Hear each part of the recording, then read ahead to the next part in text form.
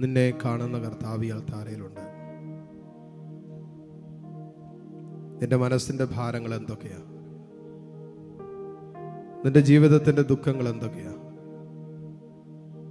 ഈ നിമിഷം തമ്പുരാന്റെ സാന്നിധ്യത്തിലായിരിക്കുമ്പോൾ ഈ സാന്നിധ്യം നിനക്ക് അനുഭവിക്കാൻ പറ്റാത്ത രീതിയിൽ നിന്റെ ചിന്തകളെ, നിന്റെ മനസ്സിനെ, നിന്റെ ഹൃദയത്തെയൊക്കെ അസ്വസ്ഥപ്പെടുത്തുന്നത് എന്തൊക്കെയാ?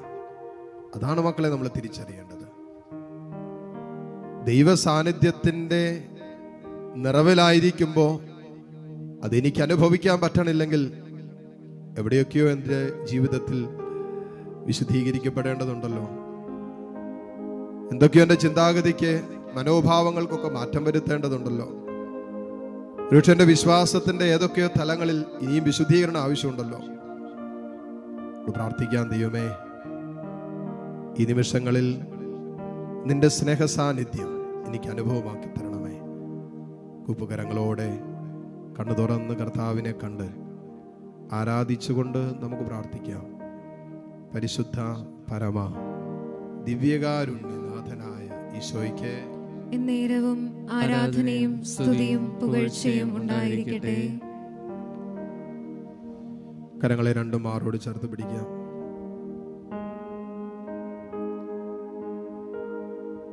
സങ്കീർത്തകൻ പറഞ്ഞില്ലേ,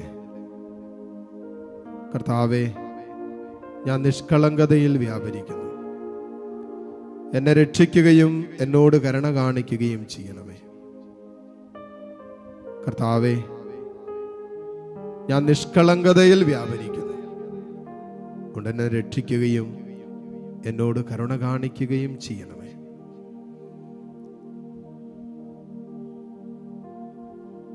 കരങ്ങൾ മാറോട് ചേർന്നിരിക്കട്ടെ. കണ്ണുകൾ തുറന്ന് ഈശോയെ തന്നെ നോക്കാം.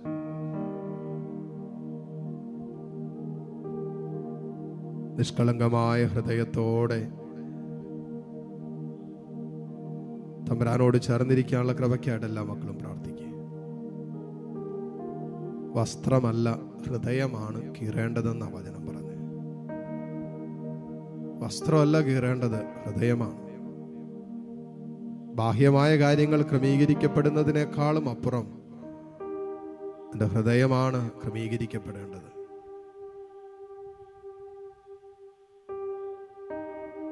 ഹെസക്കിയായോട് കർത്താവ് പറഞ്ഞില്ലേ, മരണതുല്യമായ മരണം മുന്നിൽ കണ്ട് കിടക്കുന്ന ഹെസക്കിയ രാജാവിനോട് കർത്താവ് പ്രവാചകനിലൂടെ പറഞ്ഞു, നീ നിന്റെ വീട്ടുകാര്യങ്ങൾ ക്രമപ്പെടുത്തുക, നീ മരിക്കാൻ പോവാ, നീ നിന്റെ വീട്ടുകാര്യങ്ങൾ ക്രമപ്പെടുത്തിക്കോ, നീ നിന്നെ തന്നെ ക്രമീകരിച്ചോ, എവിടെയൊക്കെയാണ് ക്രമം തെറ്റിയതെന്ന് നീ ആലോചിച്ചിട്ട് ഇതൊക്കെ ശരിയാക്കിക്കോ, നീ മരിക്കാൻ പോവാന്ന് പറഞ്ഞു. ഹെസക്കിയ തമ്പുരാന്റെ മുമ്പിൽ കണ്ണുനീരോടെ നിലവിളിച്ച് തന്റെ പാപത്തെയോർ തനതപിച്ച് പ്രാർത്ഥിച്ചു. വചനം പറയാണ്, കർത്താവ് അവന്റെ ആയുസ് 15 വർഷം കൂടി നീട്ടിക്കൊടുത്തു. നിഷ്കളങ്കതയോടെ തമ്പുരാനെ വിളിച്ചപ്പോ, ഹൃദയപരമാർത്ഥതയോടെ ദൈവത്തെ വിളിച്ചപ്പോ, എന്നെ കാണുന്ന, എന്നെ അറിയുന്ന, എന്നെ മനസ്സിലാക്കുന്ന, എന്നെ സ്നേഹിക്കുന്ന ഒരു ദൈവം എൻ്റെ കൂടെയുണ്ടെന്നുള്ള അവബോധത്തോടെ, ജ്ഞാനത്തോടെ, അറിവോടെ ദൈവത്തെ വിളിച്ചപ്പോ അവന്റെ ജീവിതത്തിലേക്ക് ദൈവം ഇറങ്ങിച്ചെന്നില്ലേ. 12 വർഷക്കാലം രക്തസ്രാവം ഉണ്ടായിരുന്ന ഒരു സ്ത്രീ ജനക്കൂട്ടത്തിന്റെ നടുവിലാ. പക്ഷേ അവൾക്കൊരു വിശ്വാസം ഉണ്ടായിരുന്നു. 12 വർഷത്തെ ഞാൻ കടന്നുപോകുന്ന ഈ രക്തസ്രാവം എന്ന് പറയുന്ന എൻ്റെ ജീവിതത്തെ ഭാരപ്പെടുത്തിക്കൊണ്ടിരുന്ന ഈ വിഷയത്തിന്റെ മേൽ കർത്താവിന്റെ വസ്ത്രത്തിന്റെ വിളിമ്പിലെങ്കിൽ എനിക്കൊന്ന് തൊടാൻ പറ്റിയ എനിക്ക് സൗഖ്യം കിട്ടുമെന്ന്. മക്കളെ, ഇതല്ലേ വിശ്വാസം? ഇതല്ലേ വിശ്വാസം? ദൈവമേ, നിന്റെ മുമ്പിൽ നിൽക്കുമ്പോ നിന്നെ വിശ്വാസത്തോടെ ഒന്ന് സ്പർശിക്കാൻ എന്നെയും അനുവദിക്കണമേ എന്ന് പ്രാർത്ഥിക്കുക. വിശ്വാസത്തോടുകൂടിയുള്ള സ്പർശനങ്ങളാണ് അത്ഭുതങ്ങൾ സമ്മാനിക്കുന്നത്. വിശ്വാസത്തോടെ കർത്താവിനെ തൊടുന്ന ജീവിതങ്ങളിലാണ് ദൈവ പ്രവൃത്തി വെളിപ്പെടുന്നത്. സ്വന്തം ദേശത്ത് കർത്താവിന് അധികം അത്ഭുതങ്ങൾ ചെയ്യാൻ പറ്റിയില്ല, കാരണം അവരുടെ അവിശ്വാസം നിമിത്തമെന്ന് വചനം നമ്മളെ പഠിപ്പിക്കുന്നുണ്ട്. കരങ്ങൾ ഈശോയിലേക്ക് നീട്ടിപ്പിടിക്കുക. ഹൃദയം കൊണ്ട് ആദ്യം പ്രാർത്ഥിക്കുക, ദൈവം എന്റെ വിശ്വാസം വർദ്ധിപ്പിക്കണമേ എന്ന്. ഈശോയെ, ദിവ്യകാരുണ്യത്തിൽ നിന്റെ ജീവിക്കുന്ന സാന്നിധ്യമുണ്ടെന്ന് വിശ്വസിക്കാൻ എനിക്ക് കൃപ തരാൻ പറ. ജെറുസലേം വീഥികളിലൂടെ നടന്നു നീങ്ങിയ അതേ കർത്താവ് ജീവനോടെ ഈ അൾത്താരയിലുണ്ടെന്ന് വിശ്വസിക്കാൻ ദൈവമേ എനിക്ക് കൃപ തരാൻ പറ. എന്റെ അവിശ്വാസം എടുത്തു മാറ്റാൻ പറ. വിശ്വാസത്തോടെ നിന്നെ ഒന്ന് സ്പർശിക്കാൻ ദൈവമേ നീ എന്നെ അനുവദിക്കാൻ പറ. മക്കളെ, കരങ്ങൾ ഈശോയിലേക്ക് നീട്ടിപ്പിടിക്കുമ്പോ രക്ഷ നിങ്ങളുടെ മൊബൈലിൽ തൊടുമ്പോൾ അത് നിശ്ചലമായി പോയി നിരിക്കാം. ആ മൊബൈലിനോട് നിങ്ങളുടെ കരങ്ങൾ, അല്ലെങ്കിൽ നിങ്ങൾ കണ്ടുകൊണ്ടിരിക്കുന്ന ടിവിയോ ഏത് ഗാഡ്ജറ്റ് ആകട്ടെ, അതിനോട് നിങ്ങളുടെ കരങ്ങളൊന്ന് ചേർത്ത് വെച്ച്, ആ ദിവ്യകാരുണ്യത്തോട് ചേർത്ത് വെച്ച്, എന്നിട്ട് നിന്റെ വിശ്വാസത്തോടെ കർത്താവിനെ ഒന്ന് തൊട്ടേ. ആ രക്തസ്രാവക്കാരി സ്ത്രീ വിശ്വാസത്തോടെ കർത്താവിന്റെ വസ്ത്രത്തിന്റെ വെളുമ്പിൽ തൊട്ടപ്പോൾ അവരുടെ ജീവിതത്തിൽ ദൈവം ഇടപെട്ടെങ്കിൽ, മോനെ ഇത് കർത്താവാണ്, ഇത് കർത്താവാണ്. പത്രോസ് പറഞ്ഞില്ലേ, ഇത് കർത്താവാണ്. തോമസിനെ വിളിച്ചു പറഞ്ഞില്ലേ, എന്റെ കർത്താവേ, എന്റെ ദൈവമേ. ഇതൊക്കെ വിശ്വാസത്തിന്റെ പ്രഖ്യാപനങ്ങളായിരുന്നു. ഉള്ളുകൊണ്ട് പറ, നിന്റെ ഉള്ളിൽ ദൈവം തോന്നിപ്പിക്കുന്നതൊക്കെ നീ പറഞ്ഞോ. നിന്റെ മനസ്സിൽ ദൈവം തരുന്ന ആലോചനകളൊക്കെ നീ പറഞ്ഞോ. പക്ഷേ വിശ്വാസത്തിന്റെ വാക്കുകളാകട്ടെ നിന്റെ ഉള്ളിൽ നിന്ന് വരുന്നത്. നെഗറ്റീവ് വാക്കുകൾ മാറിപ്പോകട്ടെ, എല്ലാ ഭയത്തിന്റെ അരൂപികളും മാറിപ്പോകട്ടെ, എല്ലാ ആകുലതയുടെ സ്വരങ്ങളും ഇല്ലാതാകട്ടെ, എല്ലാ നിരാശാജനകമായ വാക്കുകൾ യേശുവിന്റെ നാമത്തിൽ അഴിഞ്ഞു പോകട്ടെ. പ്രത്യാശയുടെ വാക്കുകൾ മക്കളുടെ അധരങ്ങളിൽ നിന്ന് പുറപ്പെടട്ടെ. പ്രതീക്ഷയുടെ വാക്കുകൾ ഉണ്ടാകട്ടെ. വിശ്വാസത്തിന്റെ വാക്കുകൾ, ദൈവസ്നേഹത്തെ പ്രതിയുള്ള വാക്കുകൾ. ഓ ദൈവമേ, വിശ്വാസത്തിൽ നിന്ന് ഈ മക്കളിൽ നിന്ന് വരട്ടെ എന്ന് പ്രാർത്ഥിക്കുന്നു. കരങ്ങൾ ഈശോയിലേക്ക് നീട്ടിപ്പിടിച്ച് കണ്ണു തുറന്ന് കർത്താവിനെ കണ്ട് വിശ്വാസത്തിൽ നീ ഏറ്റെടുക്കാൻ ആഗ്രഹിക്കുന്ന വിഷയങ്ങളെ കർത്താവിന് കൊടുത്തിട്ട്, വിശ്വാസത്തിൽ നീ സ്വന്തമാക്കാൻ ആഗ്രഹിക്കുന്ന ജീവിത സൗഖ്യത്തെ, രോഗപീഠകളെ എല്ലാം കർത്താവിന് വിട്ടുകൊടുത്തിട്ട് പ്രാർത്ഥിക്കട്ടെ, സ്തുതിച്ച് പ്രാർത്ഥിക്കട്ടെ. ഹല്ലേലൂയ, ഹല്ലേലൂയ, ഹല്ലേലൂയ, ഹല്ലേലൂയ, ഹല്ലേലൂയ. ഈശോയെ, തൊടണമേ കർത്താവേ. തമ്പുരാനെ, വിശ്വാസത്തോടെ തൊടുന്ന മക്കളെ നീ ഇപ്പോൾ തൊടണമേ. വിശ്വാസത്തോടെ സ്പർശിക്കുന്ന ജീവിതങ്ങളെ നീ ഇപ്പോൾ തൊടണമേ. ഹല്ലേലൂയ, ഹല്ലേലൂയ, ഹല്ലേലൂയ, ഹല്ലേലൂയ. ഈശോയെ, അങ്ങേയ്ക്ക് ആരാധന. യേശുവേ, ആരാധന.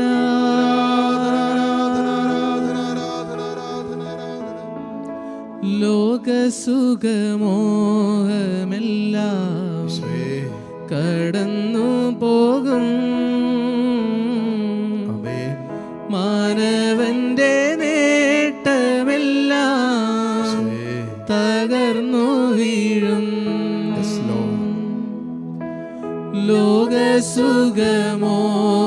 ലോകസുഖമോഹമെല്ലാം കടന്നു പോകും. മാനവന്റെ നേട്ടമെല്ലാം തകർന്നു വീഴും. ദൈവത്തെ നീ ആശ്രയിച്ചാൽ രക്ഷ നേടിയിടും. ഈ ലോകത്തിൽ ധന്യമാകും നിന്റെ ജീവിതം. ദൈവം നൽകും ദിവ്യ സ്നേഹം എത്ര സുന്ദരം. ആമേൻ. കർത്താവേ, നീ മാത്രമാണ് എൻ്റെ ജീവിതത്തിൻ്റെ രക്ഷ. സങ്കീർത്തകനോട് ചേർന്ന് ഈശോയെ ഞങ്ങളും പറയുന്നു, ഇതാ ഞങ്ങൾ നിഷ്കളങ്കതയിൽ വ്യാപരിക്കുന്നു. എന്നെ നീ രക്ഷിക്കുകയും എന്നോട് കരുണ കാണിക്കുകയും ചെയ്യണമേ. ഇതാകട്ടെ നമ്മുടെയും പ്രാർത്ഥന.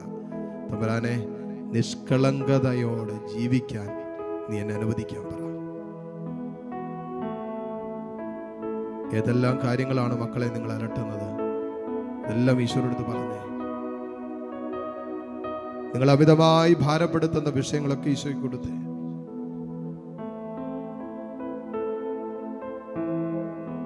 നന്മ പ്രവർത്തിച്ചിട്ട് കഷ്ടത അനുഭവിക്കുന്ന മകനോ മകളോ ആണോ നീ?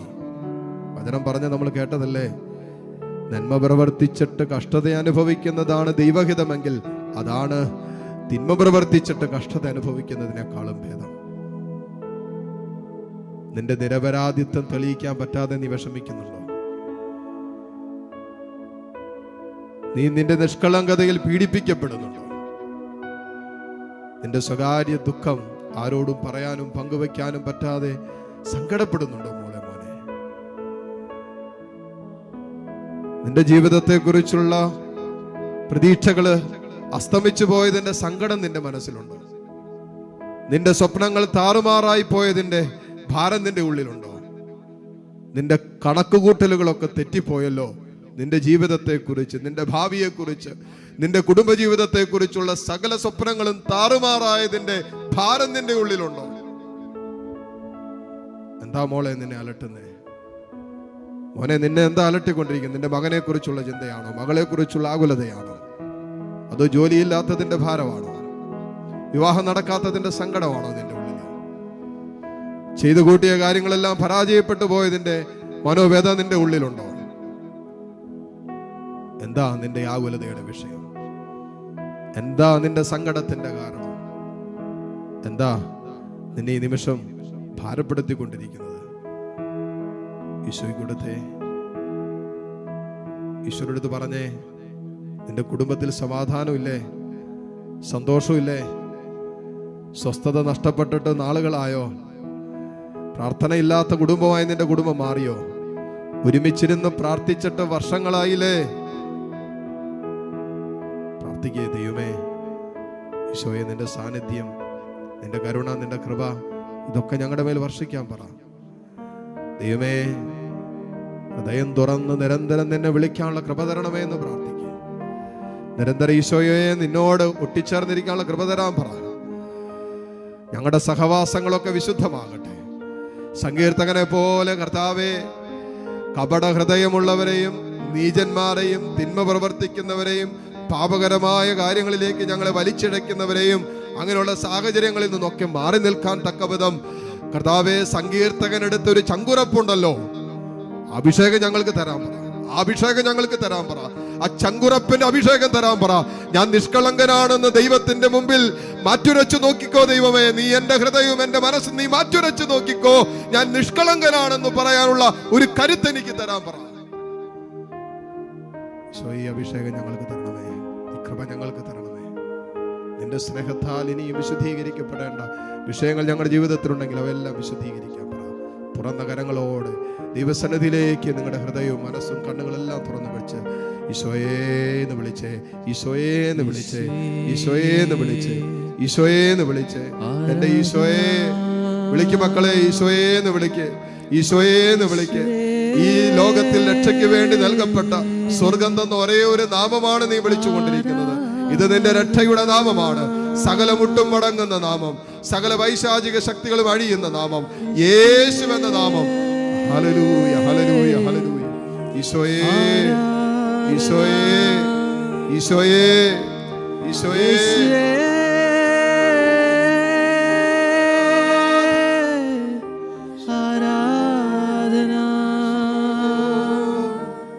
മുട്ടുകുത്താൻ സാധിക്കുന്ന എല്ലാ മക്കളും ഈ നിമിഷം മുട്ടുകുത്തുന്നു.